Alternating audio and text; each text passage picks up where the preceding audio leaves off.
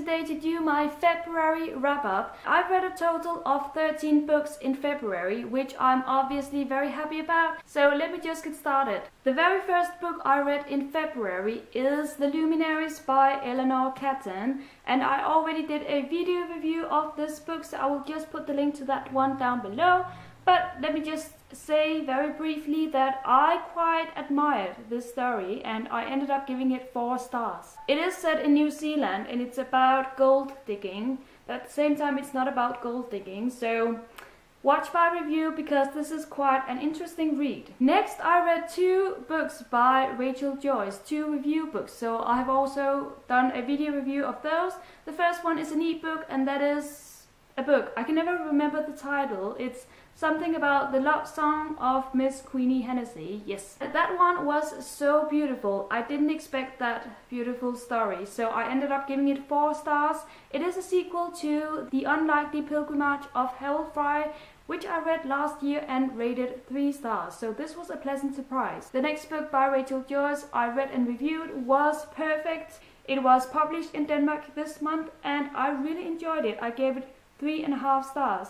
Both because it's beautifully written, but also because the premise, the story, is very interesting. It's about a boy who is told that at one point in time 2 seconds will be added to time because otherwise things won't fit in the universe, something like that. And he doesn't understand that. He feels like that will create tremendous consequences in life. That's basically what this book is about. It's very interesting and it's very beautifully written. Then I picked up The Bell Jar by Sylvia Plath, which was a reread for me. I read this some years ago at university and back then I felt like this was a very depressing book. This time around I loved it. I gave it 4 stars, and that's because even though it is quite depressing, it's also so true and so honest, and I love how we get to be inside the head of a suicidal person. It is about a main character called Esther, of course, Esther. She feels like she lives in a bell jar because she feels like she has no connection with the outside world. It's a very moving book and you have to read it. I also picked up Birdsong by Sebastian Faulks. Now, let me be honest, the only reason I picked up this book is because it's part of the BBC Top 100 Books list, which I'm currently trying to complete. And I read it and I absolutely loved it. I've read so many amazing books this month, so that's amazing, because I don't know other words besides amazing. This book is a love story as well as a war story, and the thing that I loved about this book is some of the scenes. They are absolutely breathtaking, especially the beginning. The first chapters were so stunning, and I have afterwards looked up some reviews of this book, and it seems like some people really despise it and other people really love it. So it has a lot of ambiguous reviews to it, but I'm one of those persons who really appreciated it. I did see that some of the parts were a bit dragging and also the ending was a bit too rushed. I see that, but that doesn't ruin the story for me. I still really liked it. Another book that I picked up from the BBC list this month is Bridget Jones's Diary by Helen Fielding. I have watched the movies multiple times. I really love the movie. The movie is funny, the movie is entertaining, and it's so true. The book was also true, honest, because it's written like a diary, and the main character is so much like everyone else on Earth, I believe. She likes to eat too much, she likes to drink too much and smoke too much, but she tries to not do that, and she writes a diary about that as well as her life in general, her failure of life. She feels like it's a failure. I really appreciated the book, but I didn't love it as much as the movie. I was a little bit disappointed. Maybe it's because I already knew the story by heart, but I ended up giving it 3 stars. Next is Rebecca by Daphne du Maurier, which is a classic, and it's set in a Victorian world in England in the 1950s. This is a story about a girl who works at an elder lady. However, she then meets a man whose wife recently passed away, and his wife was called Rebecca. Our main character then falls in love with this man, she marries him, and she moves to his big estate in England. And then things start happening because it turns out that this man has some secrets and this estate has some ghosts in it. I love these kind of stories that scare me, that creep me out, but also it has some amazing lines in it. I especially love the beginning. Yes, I'm reading some of the highlights that I did, and I just really love the writing of this book. It was amazing, and I kind of regret that I didn't get this book in the beautiful hardback edition. I might just buy that. It's definitely not going to be my last read by Daphne du Maurier. Then I read a book that was so hard to read, and it was really good, but it took so much focus out of me whenever I had to pick it up, and that is The Master and the Margarita by Mikhail Bulgakov. This is a classic, and it's a lot of people's favorite book, so I had to get it, I had to read it, because whenever a book is on a lot of people's favorites list, it intrigues me. Why is it on their favorites list? This one is about, well, this is when it starts getting complicated. It's basically a retelling of the Bible. So we have some characters who represent Satan, and we have some characters who represent God and Jesus. And then this is a modern retelling set in Russia during Stalin's regime.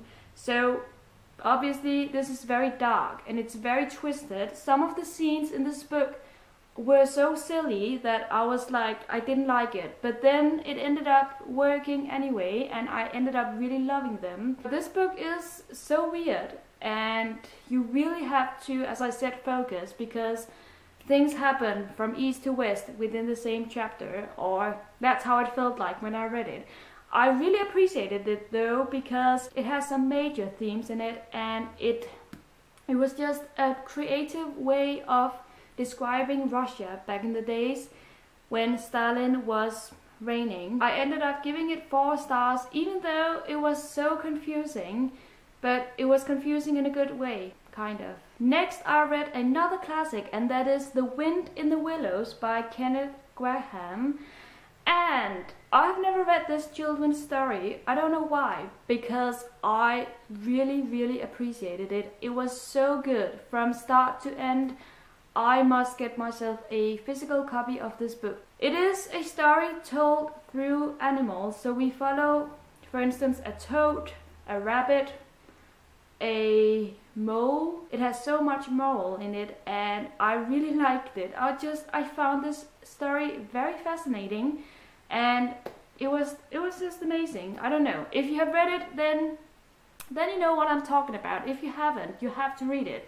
I didn't know about it until recently, and then I picked it up, and I'm so happy I did. I ended up giving it 5 stars. It was pure magic. Next is a short story compilation by Alice Munro, who was the winner of the Nobel Prize back in 2013. This one is called, Hateship, Friendship, Courtship, Loveship, Marriage. It was so good. I was so curious to see what Alice Munro's writing style would be like, what her stories would be like, because people have been recommending her a lot to me. And as usual with short story compilations, you end up loving some stories and enjoying other stories, not loving them. And that's the case with this one. It was so good, but at the same time there were some stories that didn't connect with me as much as other stories. So I ended up giving it 4 stars, but I definitely see why she won this prize.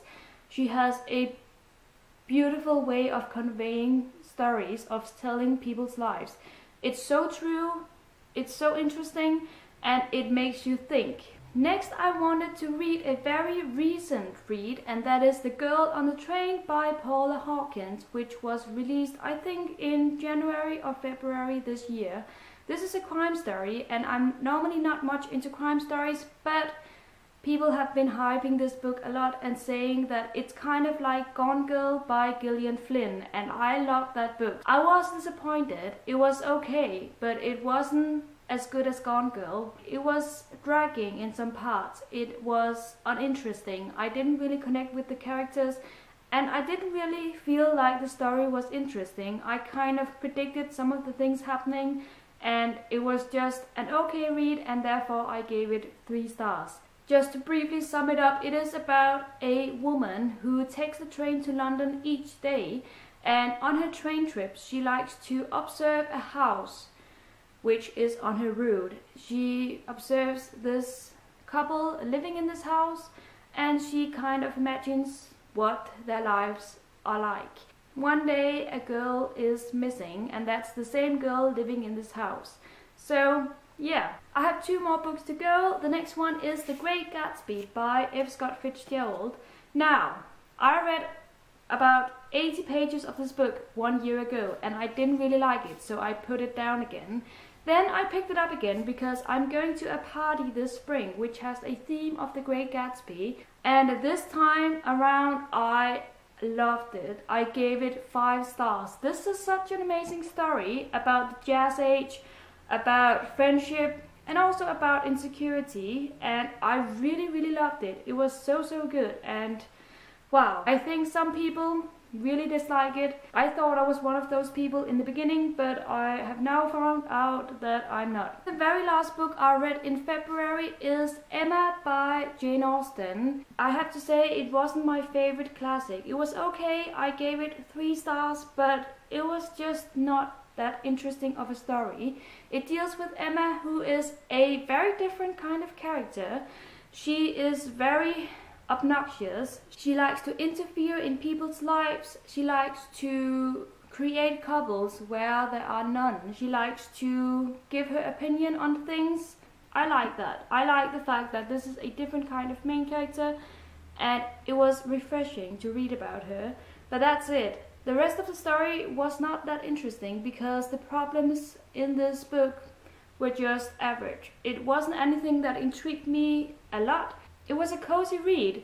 These kinds of classics always are. I like reading them, but this one was just an okay read. It has some scenes in it that I really admire, but apart from that, it was just an okay read, as I've been saying.